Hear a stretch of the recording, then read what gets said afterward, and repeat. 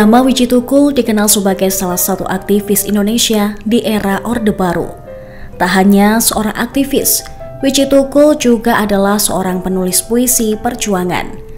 Ia tiba-tiba menghilang pada 27 Juli 1998 saat tanah air penuh dengan pergolakan politik.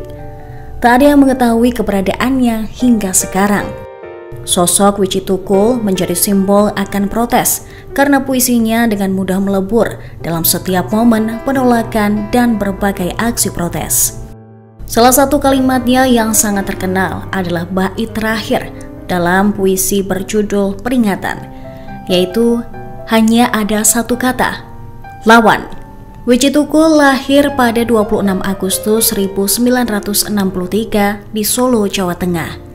Nama aslinya adalah Wiji Widodo. Nama Tukul diberikan oleh Cempe Lawuwarta yang merupakan anggota bengkel teater yang diasuh oleh penyair W.S. Rendra. Wiji dan Tukul merupakan bahasa Jawa yang masing-masing berarti biji yang tumbuh, sehingga Wiji Tukul bermakna biji yang tumbuh. Ayahnya adalah seorang penarik becak. Ibunya terkadang menjual ayam bumbu untuk membantu perekonomian keluarga. Putra sulung dari 3 bersaudara ini aktif menulis puisi sejak berada di bangku sekolah dasar. Wiji Tukul sempat melanjutkan pendidikan di jurusan Tari Sekolah Menengah Karawitan Indonesia pada 1979 meski tidak tamat. Ia memilih berhenti sekolah untuk bekerja agar adik-adiknya bisa melanjutkan studi. Pada Oktober 1989, Tukul menikah dengan istrinya Siti Diah Sujirah alias Sipon yang saat itu berprofesi sebagai buruh. Tak lama semenjak pernikahannya, pasangan Tukul Sipon dikaruniai anak pertama yang dinamai Fitri Ngantiwani. Kemudian pada tanggal 22 Desember 1993, anak kedua mereka lahir yang diberi nama Fajar Merah. Wiji Tukul sudah menulis puisi sejak awal 1980-an dan sering membacakan karya-karyanya di Taman Budaya Jawa Tengah di Solo. Pada 1994, buku kumpulan puisinya berjudul Mencari Tanah Lapang terbit dengan kata pengantar dari sosiolog dan mantan aktivis 66 Arief Budiman. Sebagai buruh, Wiji Tukul bukan hanya bekerja, tetapi juga berjuang untuk kesejahteraan rekan-rekannya sesama kelas pekerja. Itu pula yang akhirnya membuat puisi-puisi buah karya Wiji Tukul penuh satir, mengkritik rezim penguasa yang membungkam dan membuat rakyat menderita.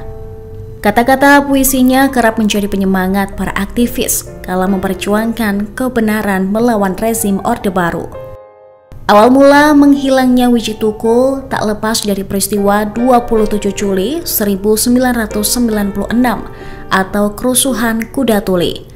PRD yang di bawah pimpinan Budiman Sujatmiko dituding oleh pemerintah melalui Kepala Staf Bidang Sosial dan Politik ABRI, Letnan Jenderal Syarwan Hamid, sebagai dalang di balik peristiwa itu. Saat itu Tukul tergabung dalam aktivis PRD turut diburu. Ia kerap pindah-pindah lokasi dan meninggalkan keluarganya agar tetap aman.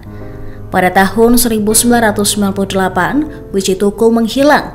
Info ini secara resmi diumumkan oleh Komisi untuk Orang Hilang dan Korban Tindak Kekerasan atau Kontras pada tahun 2000. Kontras menyatakan hilangnya Wiji Tukul sekitar Maret 1998 karena diduga berkaitan dengan aktivitas politik yang dilakukan oleh Wiji Tukul sendiri. Muncul dugaan ia menjadi korban penghilangan paksa era Orde Baru.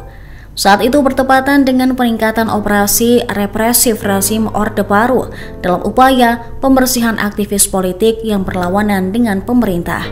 Wiji Tukul menjadi salah satu dari 13 orang hilang menjelang tumbangnya rezim Orde Baru. Semasa hidupnya, Tukul secara terang-terangan mengkritisi kondisi sosial dan politik serta militarisme rezim Presiden Soeharto. Sejak dinyatakan hilang, sampai saat ini keberadaannya Wiji Tukul masih misteri. Apakah ia masih hidup atau sudah tiada? Terima kasih sudah nonton. Jangan lupa like, subscribe, dan share ya.